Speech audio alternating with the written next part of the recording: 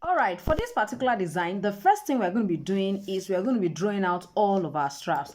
Now, the most important part is for you to be able to know what this particular part is. This particular front part, I have about 7-inch here, so I'm going to note that 7-inch for the instep part. Now, this part is actually what? This is about 9-inch. Now, the reason I'm having those extra is because I'm going to be lasting it, so I need to work with the lasting allowance. So at this point, I'm working in inch today, so I'm going to be having 7-inch and then 9-inch. Now, what will be the width of the strap?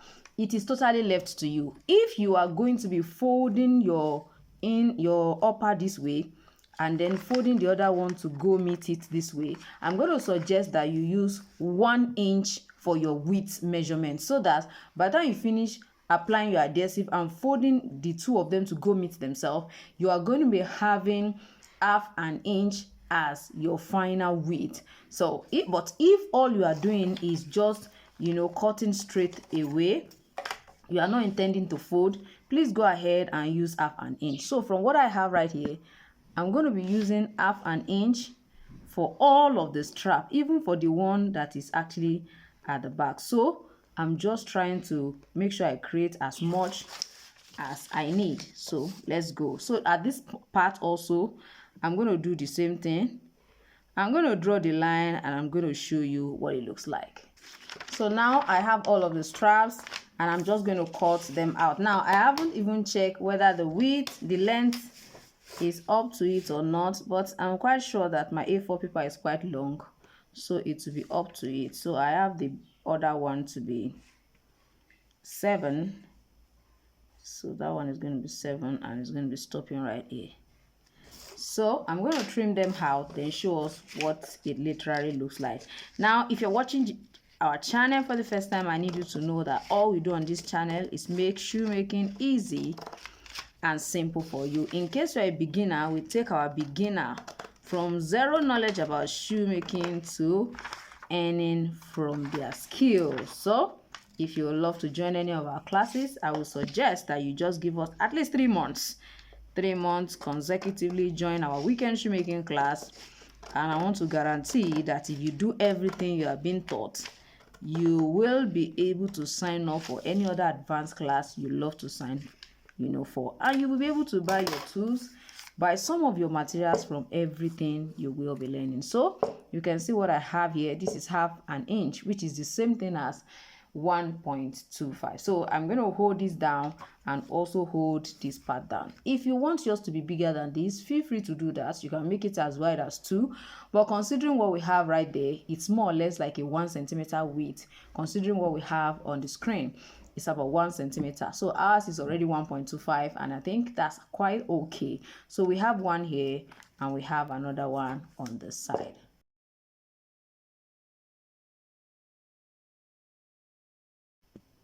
Now this is what we have after we had actually tried to position this and this. Now the most important part for the mid design, the design at the center, is for you to place this here and then go ahead and place it here so that you can be able to use the length. For this side, I would love to use my centimeter just for ease.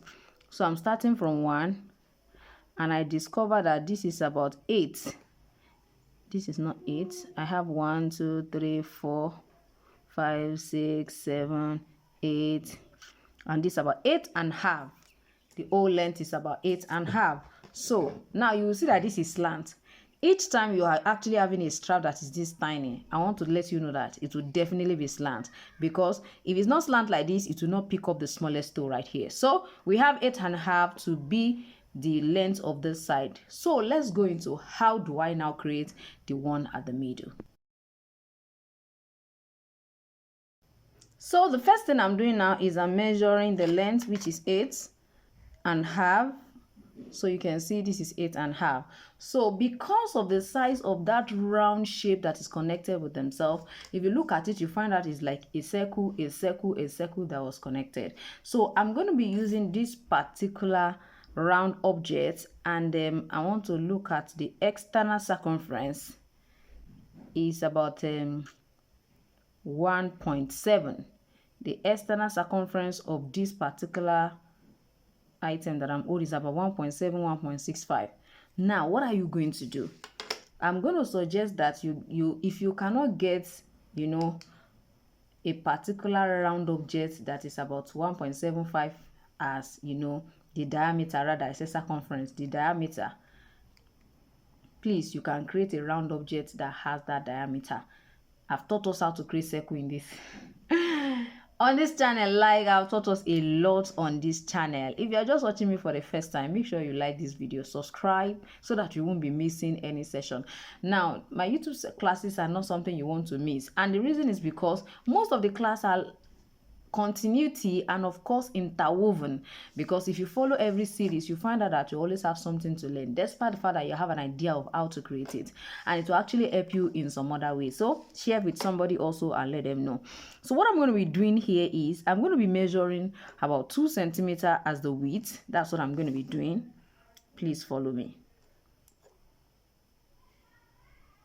Because it's around 1.75, that's why I'm making use of 2 centimeters. Now, the reason why you need this, is to guide you. It will serve as a guide. So I'm going to be placing this, you know, literally like at the center of that 2 centimeters. That's what I'm going to be doing. I'm going to be placing it at this, like at the middle. It's just a little bit, you know, different, just a little difference. So I'm going to draw the first one. Can you see what I have? That's the first one. Now, if you measure this, you find out that in short, it has even exceeded. It has exceeded the 1.7, you know, 5 is about 1.85 now. You understand? So you really want to be very careful, and don't forget, after the first one, I encourage you to leave about a 0.2 or a 0.3 centimeter difference between each of the lines from this circle to the next one. That's what I mean. Now, for you to be able to know how to go about that, don't forget that what we drew was 2. So I just picked the middle of the 2 right there. I'm going to also do the same thing here.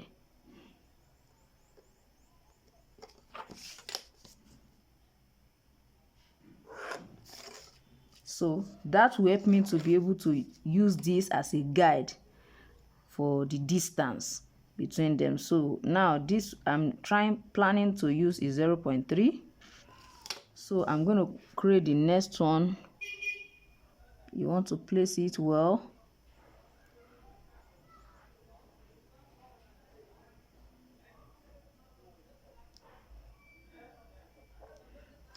So we go again with another 0.3. Since we need 4, so let's see if we are going to be able to.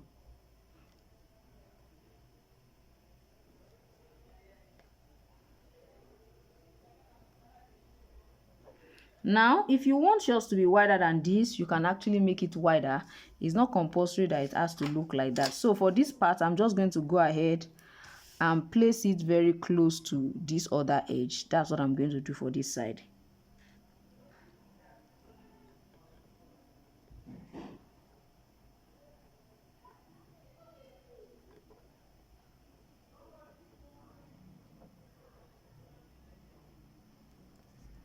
I'm sure you can see what we have right here. So at this point, we can begin to connect them together. I'm just going to use about a 0.5 centimeter as this in between. That in between will be about 0.5. So I'll come to this side and also do a 0.5 as that width. What I did was I put my calibration at 0.25. That's in between it. So from where 1 to 2.5 on this side, and I'm using 2.5 on this other side too, so that one will help us to connect them together. I'm sure you can see what this looks like. So I think the next thing we are going to be doing is we are going to be trimming it. So trim with me. Let's go on this journey of trimming. So when you get to this point, you are not going to cut it straight. You cut it like you have a C here. Can you see what I just did? Like there's a C here, there's another C here. Want to cut it along, there's another C here. Can you see what I just did? So that's what you're going to do when you are cutting.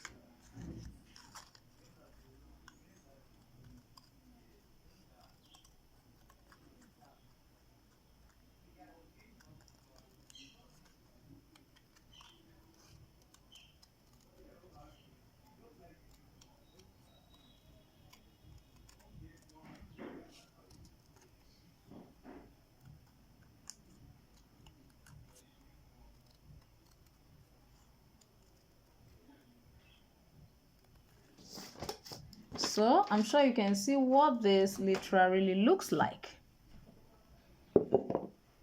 So this is going to be connected here.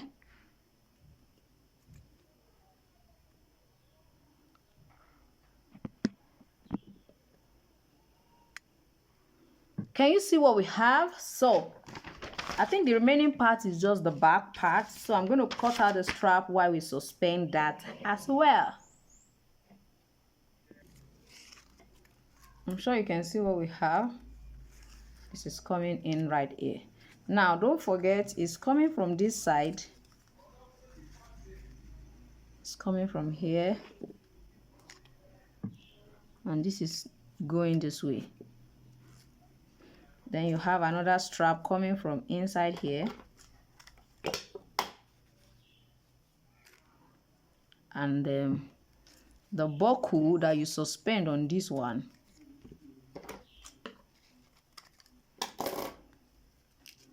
will go into this strap.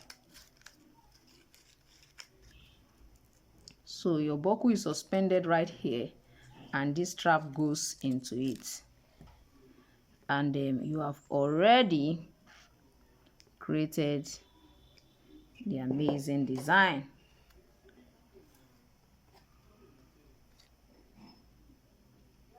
So let me know where you're watching Jibbyfemforte from, and if this is your first time of seeing our video. I'm sure you can see this. Like for those who would love to start with our weekend shoemaking class, like I said earlier, it's Thursdays and it's Fridays and Saturdays 1 p.m. The videos are pre-recorded. It does not interfere with your daily activities. Come at your own convenient time.